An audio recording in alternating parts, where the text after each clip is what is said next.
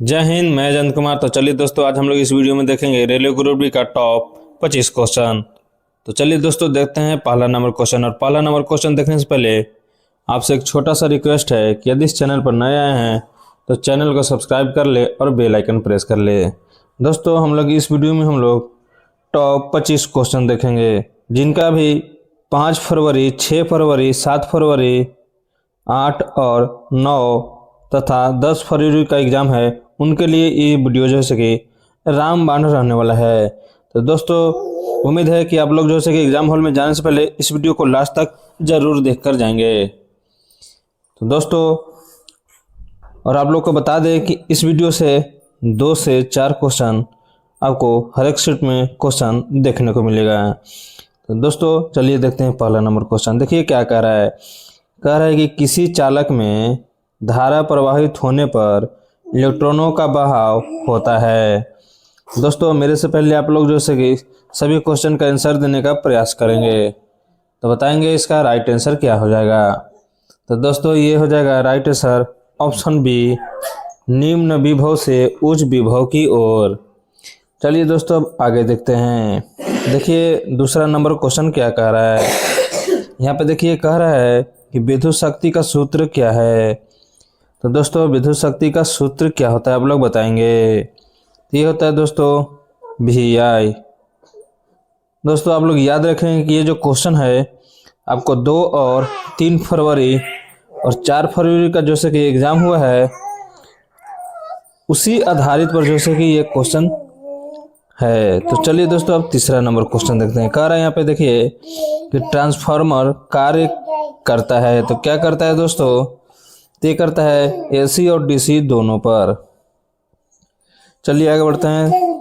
4 number question most important question है, 5 star question है दोस्तों। देखिए यहाँ पे क्या कह रहा है। कह रहा है कि अवतल दर्पण में वास्तविक प्रतिबिंब बनता है जब वस्तु। दोस्तों, वस्तु कहाँ रहता है अवतल दर्पण में कि वास्तविक प्रतिबिंब बनता है। तो दोस्तों, फोकस से बाहर रहता है। तो ऑप्शन सी राइट हो जाएगा। चलिए 5 नंबर क्वेश्चन देखते हैं। देखिए दोस्तों, कह रहा है 5 नंबर क्वेश्चन कि लेंस की फोकस दूरी किस पर निर्भर करती है। तो दोस्तों, किस पर निर्भर करती है आप बताएंगे। ये 5 स्टार क्वेश्चन है। ये दोस्तों पदार्थ और वक्रता पर। ऑप्शन बी राइट हो जाएगा। चलिए 6 नंबर क्वेश्चन देखते हैं। 6 नंबर क्वेश्चन कह रहा है कि कार्बन श्रृंखला बनने का मुख्य कारण क्या है। तो दोस्तों, क्या है, तो ये है श्रृंखला निर्माण। ऑप्शन सी राइट हो जाएगा। चलिए 7 नंबर क्वेश्चन देखते हैं। कह रहा है कि निम्न में से कौन सा यौगिक एल्कोहल है। देखिए दोस्तों, पहले हम लोग ऑप्शन देख लेंगे। CH3COOH, C2H5OH और CH4 और C2H4। तो दोस्तों, इसका जो राइट आंसर हो जाएगा ऑप्शन बी राइट हो जाएगा, C2H5OH। दोस्तों, बेंजीन का सूत्र C6 और H6 होता है, याद रखेंगे। नेक्स्ट नंबर क्वेश्चन कह रहा है यहाँ पे देखिए, कह रहा है कि धातु की क्रियाशीलता श्रेणी में सबसे ऊपर कौन होती है। तो कौन होती है दोस्तों, तो ये होती है सोडियम होती है। और सोडियम को किस में रखा जाता है दोस्तों, सोडियम को मिट्टी तेल में यानी किरोसिन तेल में रखा जाता है। तो याद रखेंगे। नेक्स्ट नंबर क्वेश्चन कह रहा है यहाँ पे देखिए 9 नंबर कि धातु का जंग लगना किस प्रकार की अभिक्रिया है। तो बताएंगे दोस्तों, धातु का जंग लगना किस प्रकार की अभिक्रिया कहलाता है। तो दोस्तों, ये कहलाता है ऑक्सीकरण। ऑप्शन सी राइट हो जाएगा।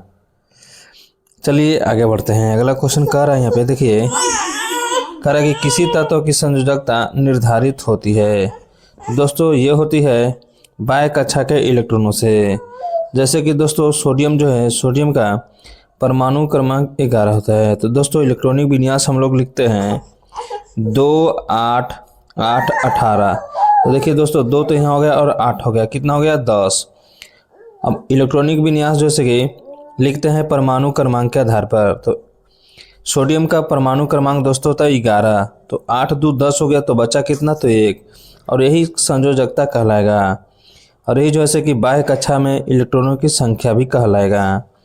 तो इस तरह से हम लोग पहचान करेंगे। 11 नंबर क्वेश्चन कह रहा है दोस्तों कि ऑक्सीजन का इलेक्ट्रॉनिक विन्यास क्या होता है। तो दोस्तों ये most very very important question है। तो देखिए दोस्तों, ऑक्सीजन का परमाणु क्रमांक 8 होता है। तो हम लोग लिखते हैं, देखिए दोस्तों ये जो है कि इलेक्ट्रॉन विन्यास 2, 8, 8 और 18 लिखते हैं। तो देखिए पहली कक्षा में तो 2 हो गया और उसके बाद बचा दोस्तों कितना, क्योंकि इलेक्ट्रॉनिक विन्यास कितना, ऑक्सीजन का इलेक्ट्रॉनिक जो होता है यानी परमाणु क्रमांक होता है 8 होता है। तो 2 लिख दिए तो बचा कितना दोस्तों, तो 6। इसका जो राइट आंसर हो जाएगा ऑप्शन ए राइट हो जाएगा। चलिए आगे बढ़ते हैं। अगला क्वेश्चन कह रहा है कि बहुखंडन द्वारा जनन किस में होता है।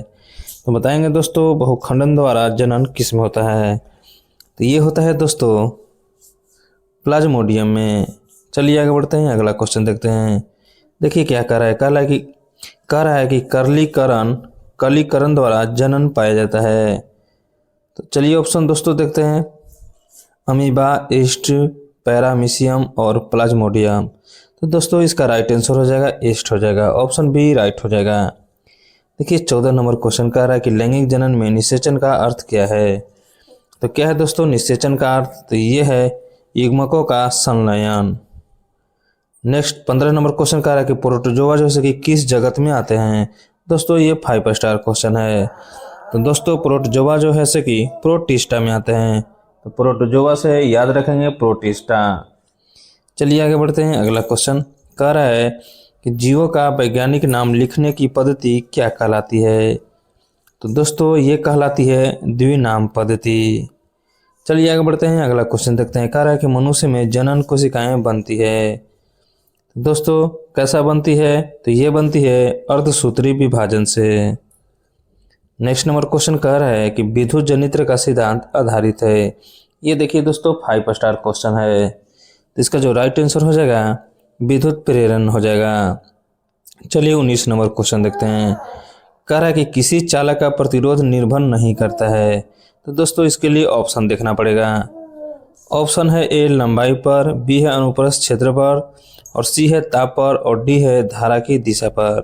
तो दोस्तों इसका जो राइट आंसर हो जाएगा ऑप्शन डी हो जाएगा।